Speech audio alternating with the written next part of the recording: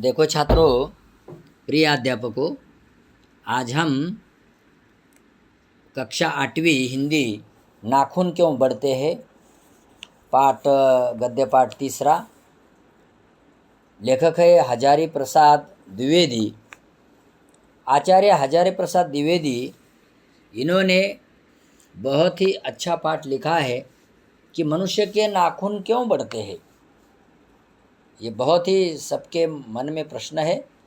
वैसे लेखक की छोटी बच्ची, उन्होंने जब प्रश्न किया कि मनुष्य के नाखून क्यों बढ़ते हैं, तो डॉक्टर आचार्य हजारी प्रसाद द्विवेदी जी को भी प्रश्न पड़ा कि सचमुच नाखून मनुष्य के क्यों बढ़ते हैं और कैसे बढ़ते हैं।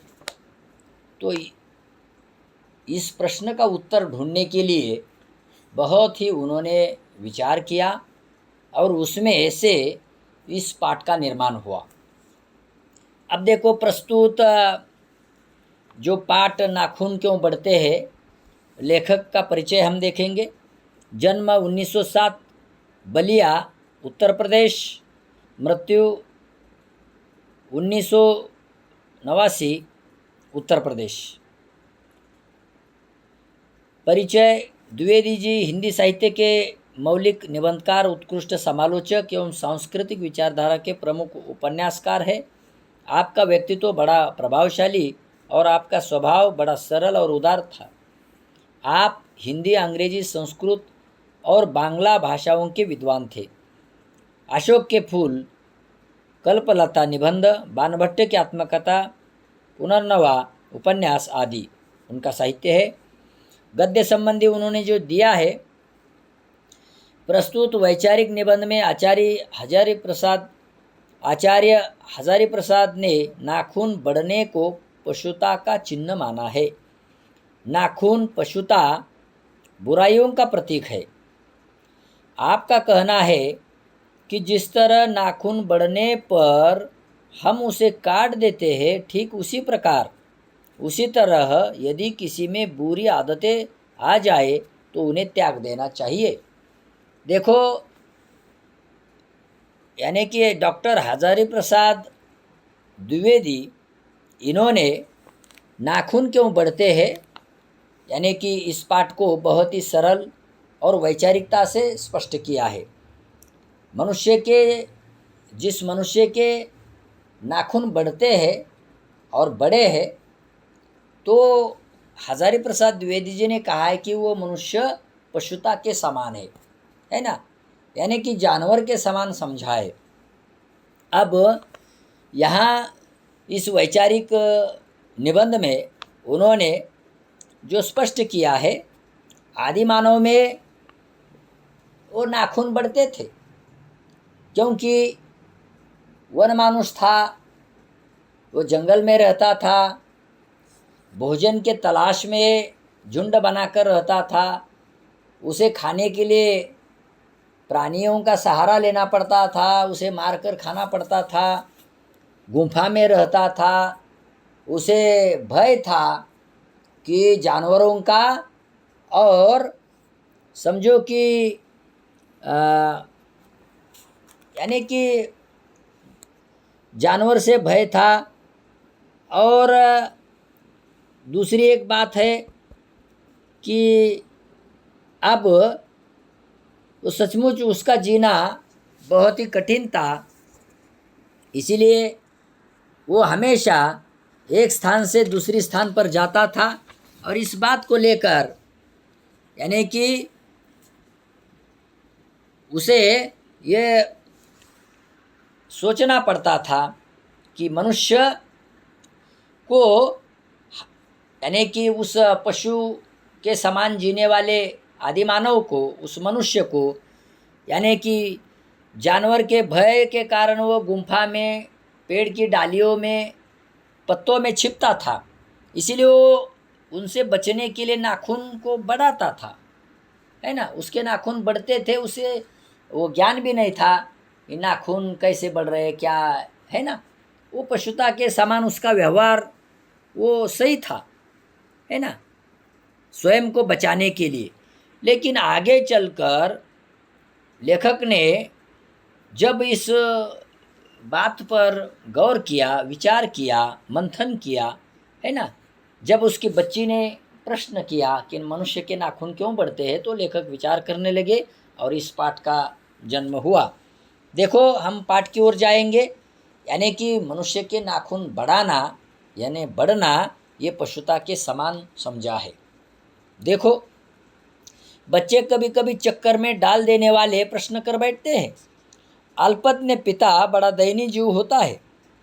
मेरी छोटी लड़की ने जब उस दिन पूछ लिया कि आदमी के नाखून क्यों बढ़ते हैं, तो मैं कुछ सोच ही नहीं सका। हर तीसरे दिन नाखून बढ़ जाते हैं, काट दीजिए। वे चुपचाप दंड स्वीकार कर लेंगे, पर निर्लज्ज अपराधी की भांति छूटते ही फिर जैसे कि तैसे हो जाते हैं। आखिर ये इतना बेहया क्यों है? यानी कि बच्चे कभी कभी मनुष्य को यानी कि चक्कर में डालने वाले प्रश्न करते हैं। लेखक की बच्ची ने ऐसा ही प्रश्न किया कि मनुष्य के नाखून क्यों बढ़ते हैं, है ना। और ये तीसरे दिन नाखून बढ़ जाते हैं, जैसे कि वैसे हो जाते हैं। यानी कि मनुष्य के नाखून, पहले ज़माने में नाखून बढ़ना बढ़ाना अपने को बचाने के लिए आदि मानव नाखून को बढ़ाता था। उसे काटना, है ना, ये उसे ज्ञान नहीं था। जैसे बालों का बढ़ना, वैसे नाखूनों का बढ़ना। और ये जानवरों से बचने के लिए उसे करना पड़ता था, है ना, क्योंकि उसे मारकर, जानवरों को मारकर वो खाता था, इसीलिए जानवरों का डर भय उसे था। लेकिन लेखक जब कहता है कि देखो, आज के इस सभ्य समाज में नाखून बढ़ाने की क्या आवश्यकता है, ये नाखून मनुष्य के बढ़ना ये पशुता के समान है।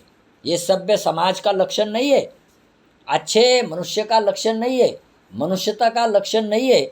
इस बात को लेकर वो नाखून को काटना चाहिए, है ना। इसीलिए नाखून तो चुपचाप दंड स्वीकार कर लेंगे, ये बात उन्होंने स्पष्ट की है, क्योंकि नाखून नहीं बढ़ने देने चाहिए, ऐसा लेखक का मत बन गया। अब देखो, लेखक के पास इस प्रश्न का कोई उत्तर नहीं था, लेकिन जब उन्होंने नाखून बढ़ना यानी कि पशुता और मनुष्य के बुराई का प्रतीक बता दिया है, और इसीलिए लेखक इस मत पर आया कि हमें ऐसे बुरी आदतों से बचना चाहिए। तो आगे देखिए, कुछ लाख ही वर्षों की बात है, जब मनुष्य जंगली था, वनमानुष जैसा, उसे नाखून की जरूरत थी। उसकी जीवन रक्षा के लिए नाखून बहुत जरूरी थे। असल में वही उसके अस्त्र थे, दांत भी थे, पर नाखून के बाद ही उनका स्थान था। धीरे धीरे वह अपने अंग से बाहर की वस्तुओं का सहारा लेने लगा। उसने हड्डियों के भी हथियार बनाए। देखो, जो वनमानुष था, है ना, वनमानुष यानी क्या, बंदर जैसी प्रजाति। तो यानी कि वो जंगली मनुष्य, जंगल में रहता था, है ना, उसे नाखून की जरूरत थी। मैंने कहा पहले ही कि खूंखार जानवरों से बचने के लिए गुफा में, पेड़ पौधों में जाकर, है ना, पत्तों में जाकर वो बैठता था, छिपता था, है ना। उससे बचने के लिए दांत का प्रयोग, नाखून का प्रयोग वो करता था। इसीलिए उनके उसी जमाने में वो अस्त्र थे।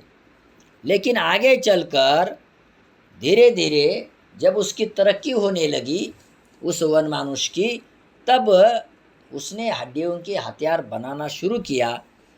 इसीलिए देखो, इस बात से स्पष्ट पता चलता है कि मनुष्य जैसे आदिमानव कैसे था, सभ्य नहीं था वो, है ना, संस्कृति प्रिय नहीं था।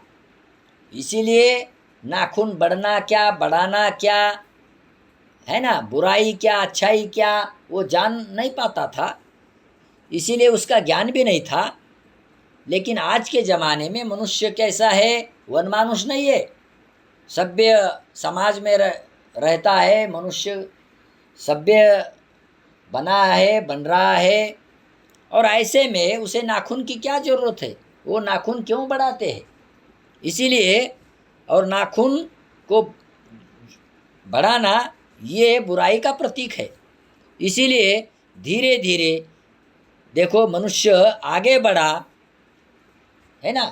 तो लेखक ने आगे कहा है, देखो मनुष्य धीरे धीरे और आगे बढ़ा, उसने धातु के हथियार बनाए, इतिहास आगे बढ़ा। कभी कभी मैं हैरान होकर सोचता हूँ कि मनुष्य आज अपने बच्चों को नाखून न काटने पर डांटता है। वे रोज बढ़ते हैं। मुझे ऐसा लगता है कि मनुष्य अब नाखून को नहीं चाहता। ये उसकी भयंकर पाशु वृत्ति के जीवंत प्रतीक है ना। यानी कि जीवंत यानी कि जीवित। मनुष्य की पशुता को जितनी बार भी काट दो वह मरना नहीं जानती। देखो, यानी कि मनुष्य की पशुता को जितनी बार काट दो यानी कि वो मरना नहीं जानती। मनुष्य के अंदर छिपी हुई, है ना, कई पशुता है। वो मनुष्य समाज में जो मनुष्य रहता है, समाज के साथ उसे जीना पड़ता है, लेकिन उसके मन की पशुता किसी को समझ में नहीं आती। उसके अंदर भेड़िए, बिच्छू, है ना, सांप जैसे प्राणी रहते हैं, वो पशुता के पाशुवृत्ति के ही प्रतीक है ना। बाहर से तो उसे लोगों को दिखाई देता है, ये गाय है, बकरी है ना, ऐसा उसका व्यवहार है साधारण। गाय बकरी का व्यवहार कैसा है, किसी के साथ छेड़छाड़ नहीं, या सामान्य पशु के जैसा वो जीवन जीता है। लेकिन उसके जैसे खूंखार प्राणी होते हैं, बाघ हो, शेर हो, लकड़बग्गा हो, है ना, सांप बिच्छू, वैसे मनुष्य के अंदर ये छिपे रहते हैं। उसे पाशुवृत्ति कहा जाता है। आज हम समाज में देखते हैं, है ना, मनुष्य की पाशुवृत्ति का नमूना हर बार हमें देखने को मिलता है। इसीलिए लेखक कहता है कि मनुष्य को नाखून काटने के लिए डांटना पड़ता है, लेकिन मनुष्य, है ना, उस पर अमल नहीं करता, है ना। नाखून रोज बढ़ने लगते हैं, लेकिन ये पाशु प्रवृत्ति का जीवंत प्रतीक मनुष्य के अंदर दिखाई देता है। ये उसकी भयंकर प्रवृत्ति दिखाई देती है ना। लेकिन उसकी पशुता, नाखून को बढ़ाना मनुष्य की पाशु वृत्ति का प्रतीक लेखक ने माना है। इस बात से पता चलता है। आगे देखिए, अगर आदमी अपने शरीर की, मन की और वाक की अनायास, है ना, घटने वाली वृत्तियों के विषय में विचार करे तो उसे अपनी वास्तविक प्रवृत्ति पहचानने में बहुत सहायता मिले। मनुष्य की नक बढ़ा लेने की जो सहजात वृत्ति है वह उसके पशुत्व का प्रमाण है। उन्हें काटने की जो प्रवृत्ति है वह उसकी मनुष्यता की निशानी है। देखो, अगर आदमी अपने शरीर की, मन की और वाक की अनायास घटने वाली वृत्तियों के विषय में जो विचार करे वह अपनी वास्तविक प्रवृत्ति पहचानने में बहुत सहायता मिले। यानी कि मनुष्य की नाखून बढ़ा लेना ये सहजात वृत्ति है ना। किसके भी बढ़ते हैं, बढ़ जाएंगे, बढ़ेंगे, लेकिन मनुष्य, है ना, उस नाखून को काटना ये उसकी क्या चाहिए, देखो, प्रवृत्ति चाहिए। नाखून तो बढ़ेंगे, है ना, ये उसकी सहजात वृत्ति है, लेकिन नाखून को काटना ये क्या है, ये उसकी क्या है, यानी कि प्रवृत्ति होनी चाहिए। ये सभ्य मनुष्य की निशानी है। और नाखून को बढ़ाना पशुता की निशानी है। इसीलिए लेखक ने इस बात पर बहुत ही स्पष्ट जोर दिया है कि यानी कि सहजात वृत्ति, है ना, और मनुष्य देखो, इस बात से पता चलता है कि मनुष्य के अंदर है ना, यानी कि सद्गुण चाहिए, है ना, लेकिन मनुष्य दुर्गुण की ओर बढ़ता है। इस बात को लेकर लेखक ने पशुता का प्रमाण दिया है। मनुष्य के अंदर सद्गुण कौन से होने चाहिए?